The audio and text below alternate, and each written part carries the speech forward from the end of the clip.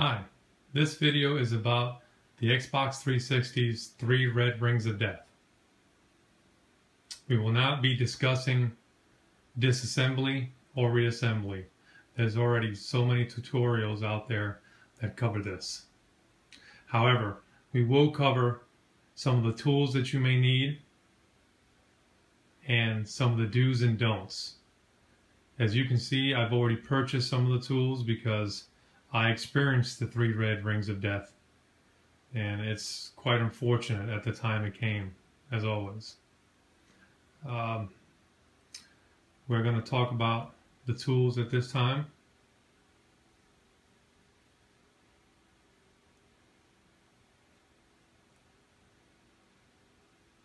I used a flashlight. I used a small screwdriver, flat tip in nature. I also used a 1/4-inch drive ratchet. And I also took the plunge and purchased the Arctic White 5 thermal paste. As you can see, I purchased this one at Radio Shack. So it cost me about $12. And it was well worth the investment. I also had a torque bit set, but in this torque bit set it didn't include the number 8 or the T8 torque bit, so I had to go to Lowe's and I purchased their T8 torque bit driver, which was about $2. So all in all, not too expensive for the tools. I also use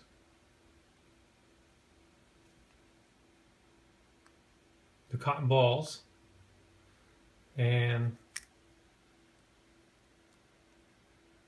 the cotton swabs, Q-tips. And those came in handy while removing the thermal paste off the GPU chips. I found it much easier than using alcohol on that motherboard. And to be quite frank, I didn't want to use anything other than the cotton balls, because I'm not sure how that fragile board would handle anything of liquid kind, although alcohol does evaporate.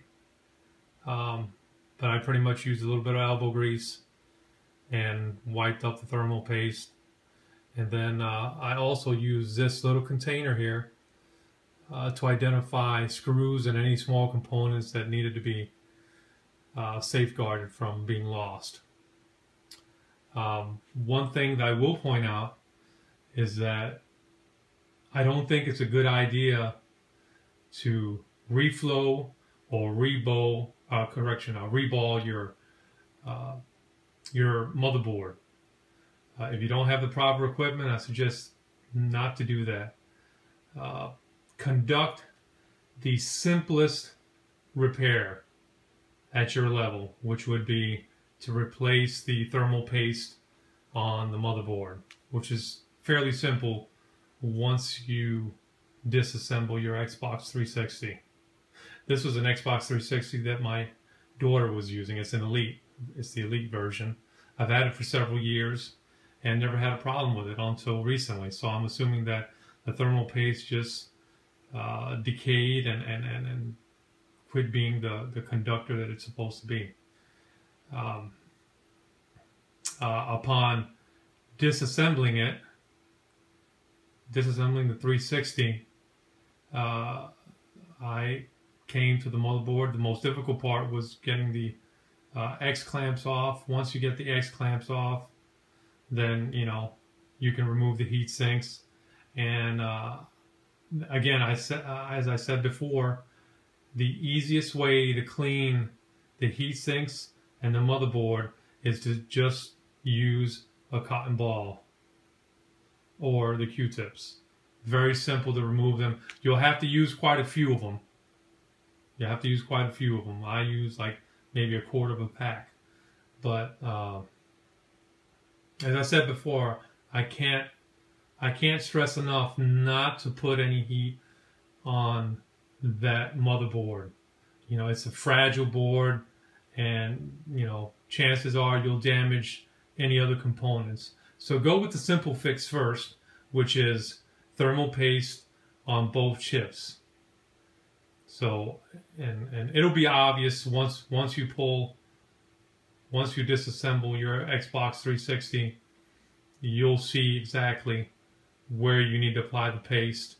And in order to apply the paste, you can use a straight edge vinyl item that or maybe like a piece of cardboard, and just apply a thin coat.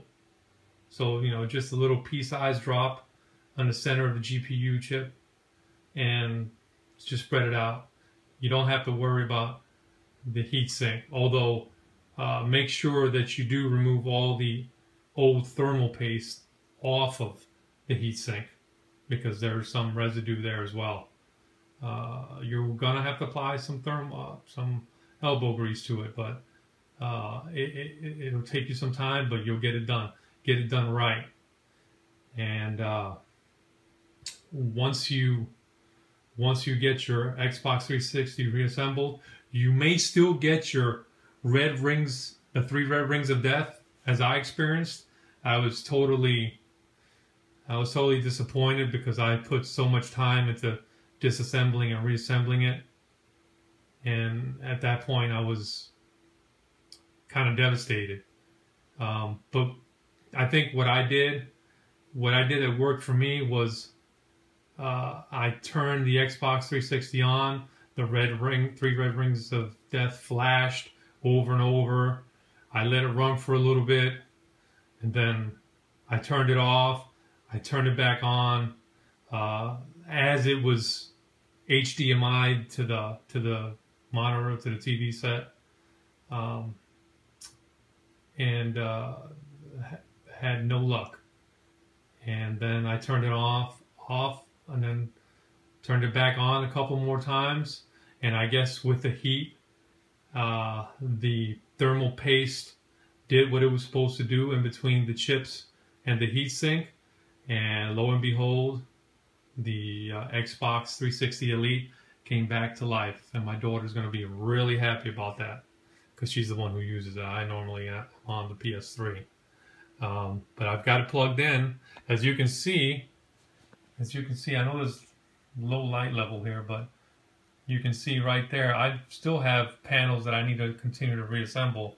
But I just wanted to leave it somewhat disassembled, so you can see that this is legitimate and that I did put an effort into it.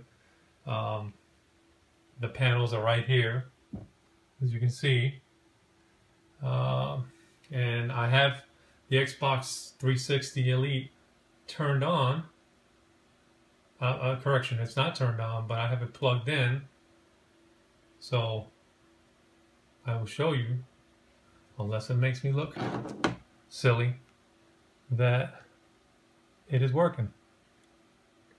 I don't have the HDMI plugged in.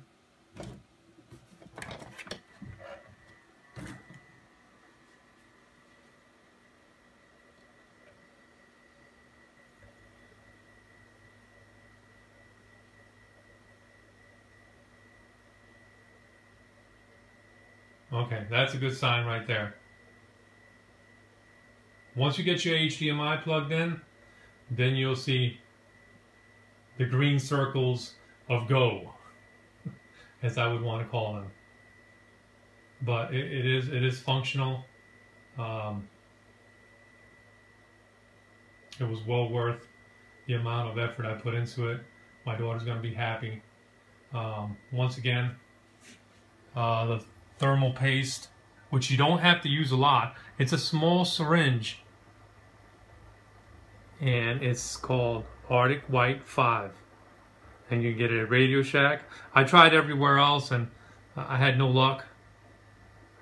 So your best bet is just go to Radio Shack, unless you can buy it online.